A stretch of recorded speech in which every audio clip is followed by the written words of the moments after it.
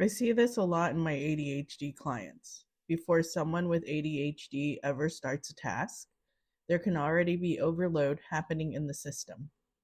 This isn't procrastination, it's not avoidance, it's something that happens before effort even has a chance to show up. Before the task even begins, the ADHD brain is already scanning. It's checking for pressure, effort, emotional cost, and uncertainty all before movement starts. This happens automatically, not intentionally. For ADHD, starting doesn't come first, starting comes later, after the system feels settled enough to move. That's a really important difference.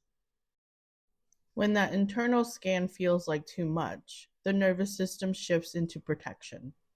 Not because the person doesn't care, but because the system is overwhelmed.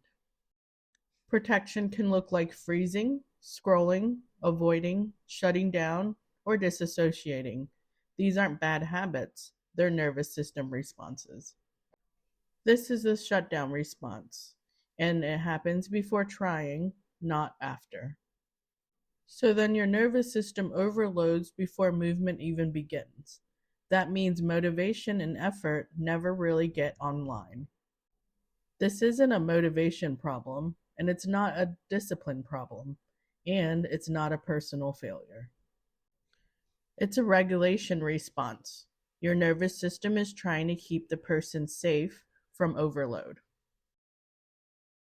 That's why just start doesn't work here. The pressure you put on yourself actually increases the threat and pre-activation overload instead of helping the system engage in motivation. Now, just start does work for some brains, but for the ADHD nervous system ones, safety has to come first. For the non ADHD partners, this is one of the hardest things for them to wrap their head around. For the ADHD partner, motivation usually doesn't come before action, it comes after movement.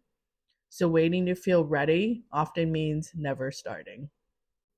Putting pressure on your partner to get things done makes sense, and partners often already carry a lot of that. But for an ADHD nervous system, pressure doesn't create action, it signals a threat, and the system moves into protection mode instead.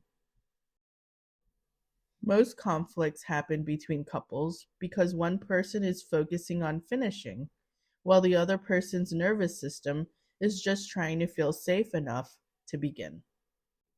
Starting has a cost. It takes mental, emotional, and physical efforts. When the cost feels too high, the system shuts down. Lowering the cost makes movement possible. What does starting look like for the ADHD partner? This is really important for the partner without ADHD to understand. Opening the book, standing up, starting doesn't have to look productive to be real, but it's really movement to start productivity or motivation. ADHD people, remember, trying to think your way into action doesn't work here. Your body has to move first, even a little, and then clarity follows. Non ADHD partners, remember, more explaining, more reminders, more talking, that often increases overload in your ADHD partner instead of helping.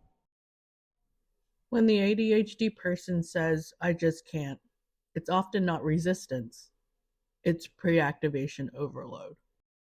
I know this protection can be frustrating to live with, and it's also not a character flaw.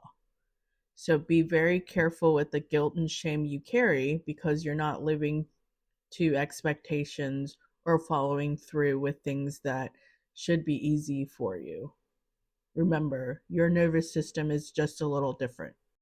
Some final words of wisdom. Understanding this doesn't remove responsibility, but it changes how you and your partner support movement with safety instead of pressure.